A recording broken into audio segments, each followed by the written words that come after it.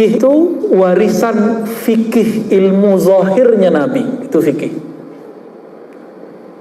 Contoh, sholat sah itu bagaimana caranya? Bersuci. Yang disucikan dalam fikih zahir atau batin? Zahir atau batin? Fikih loh ya. Rukun 13. Syarat supaya sah rukun 13 ini sebelumnya harus wudu, rukunnya 6. Hafal kan? Ya. Awal sama akhir doang hafal ya. Niat sama tertib. Lumayan lah. Ini semuanya dari awal sampai akhir menyebutkan kesucian zahir. Benar gak?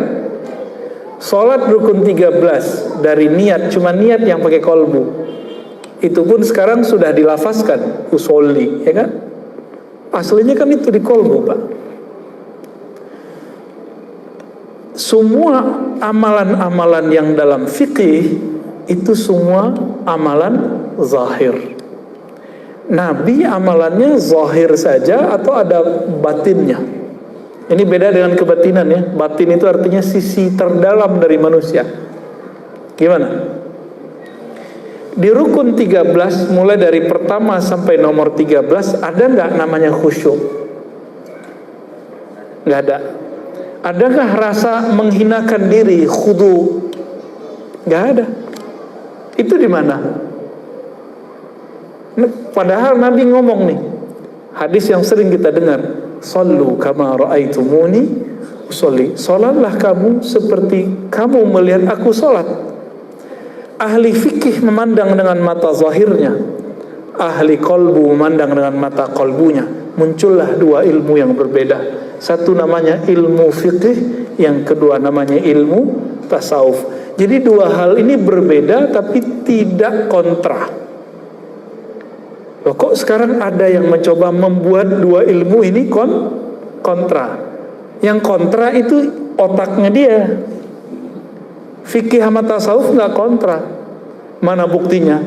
Imam Zarruq, Imam Sufi, dia mursyid Thariqat Syadziliyah.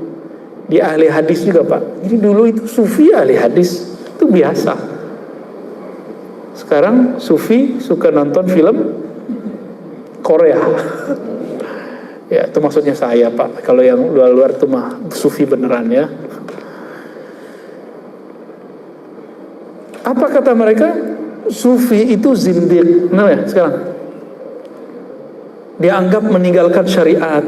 Lalu tidak ada. Imam Zarruq mengatakan apa? Setiap ajaran hakikat, ajaran tasawuf yang bertentangan dengan fikih, maka itu batil. Setiap ajaran fikih bertentangan dengan ajaran hakikat, maka dia kosong. Jadi kalau mau cari orang kosong, cari orang yang anti tasawuf. Cari orang zindik, cari orang ngomong tasawuf tapi nggak mau bersyariat. Kalau mau cari wali Allah, cari orang yang berfikih zahirnya, berhakikat batinnya. Wali itu namanya, wali Allah, sufi. Beda definisi ya sama mereka ya. Kalau mereka membuat definisi sendiri, padahal nggak ngerti sufi itu apa. Apa kata mereka? Sufi kalau udah tinggi nggak sholat. Loh, mana ada sufi begitu? Ya, itu mah sufinya Cang Nandar ya. Nggak ada sufi begitu, nggak ada. Ya, sufi kalau udah alim, udah kasyaf, nanti kerjaannya baca isi hati murid. Ya itu mah kasyaf. Nggak mesti. Ada yang bisa begitu, ada yang enggak. Itu nggak ada urusan. Sufi nanti bisa menghilang gitu ya, nggak ada urusan itu.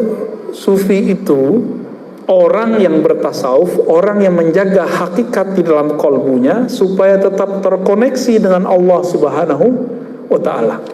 Tadi Bapak ini dari takbir sampai assalamualaikum badannya di sini. Ya. Iya ya. Tapi sebagian pikirannya nggak di sini. Jujur aja Pak. Jujur aja, ngangguk aja udah, saya tahu kok.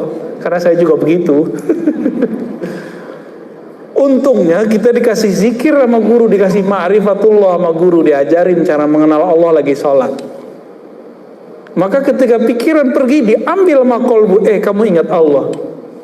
Jadi setan itu, kata Nabi dalam hadis yang sahih, jika seseorang sholat, maka setan ngomong, uzkur kaza, uzkur kaza, ingatlah ini. Kamu tadi begini ya, kamu tadi begini. Abis ini kamu keluar lewat pintu itu, nanti sendalmu di situ, disebutin semua Pak.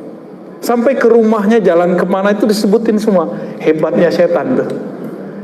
Terus kita asik kan, tahu-tahu udah amin, loh udah amin aja. Tuh yang senyum-senyum pengalaman sobat tuh.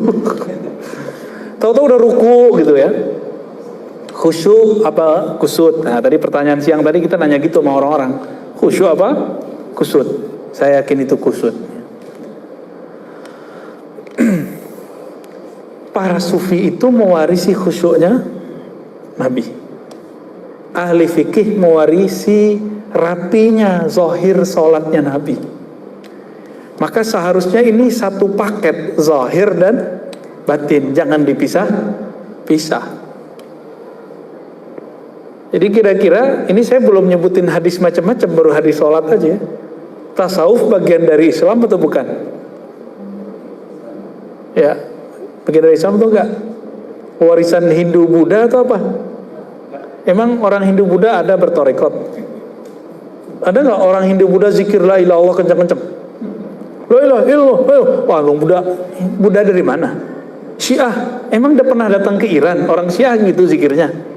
Orang Syiah kalau zikir ya Ali, ya Husain sampai mukul-mukul badan. Kalau tarekat enggak. Dia berzikir la ilaha illallah, memukulkan kalimah itu ke dalam dirinya. Kalau orangnya suka ngerok Pak, itu zikirnya kenceng. La ilaha illallah, sampai kemudian hilang suaranya, nggak jelas. Kayak suaranya Cang Nandan kalau lagi canda. Emang dia kalau lagi canda tuh suaranya begitu. Bener ya? Bener Bang Adam? Baik. Bukan itu perwajahan tasawuf. Tasawuf itu lebih umum dari itu semua. Maka Imam Al-Junaid Al-Baghdadi mengatakan tasawuf itu banyak metodenya. Setiap nafas itu ada metodenya. Ujungnya satu, berakhlak. Akhlak itu ada kepada Allah, ada kepada makhluk. Maka siapa yang bertambah adab akhlaknya kepada Allah, adab akhlaknya kepada makhluk, itulah sufi yang sebenarnya. Ya mohon maaf kalau ada guru-guru di sini kan ngajar cuma budi pekerti, itu baru ke makhluk. Kalau ke Allah itu mesti bertasawuf. Mesti bertasawuf. Ya. Jadi tasawuf itu bukan hanya sekedar suluk-suluk. Suluk itu hanya salah satu metode dari tasawuf. Pakai tasbih itu hanya salah satu metode dari tasawuf. Tasawuf lebih umum dari itu. Masih ingat hadis Jibril, Nabi ditanya Islam, iman, ihsan. Fikih itu warisan dari al-Islam. Coba lihat, rukun Islam 5. Semuanya amal zahir bukan? Syahadat, sholat zahir, puasa zahir, zakat di luar zahir kita malah. Ya. Haji zahir nggak? Bapak haji pakai perasaan atau pakai badan? Saya mau ke Mekah nih, cing, bisa begitu nggak? Nggak bisa Pak, mesti pakai badan. Saya mau zakat pakai hati, bisa nggak? Ustadz, saya cukup puasa lidah, puasa lisan, bisa nggak? Nggak bisa, mesti puasanya lahir batin. Karena ini lahir, turunlah namanya hukumnya, hukum fikih. Maka kalau belajar hukum yang ada di rukun Islam nggak lewat fikih, nggak sah fikihnya. Nanti bisa aneh. Muncullah di Jawa Timur dulu orang kalau sholat, dia sholat selalu pakai sendal.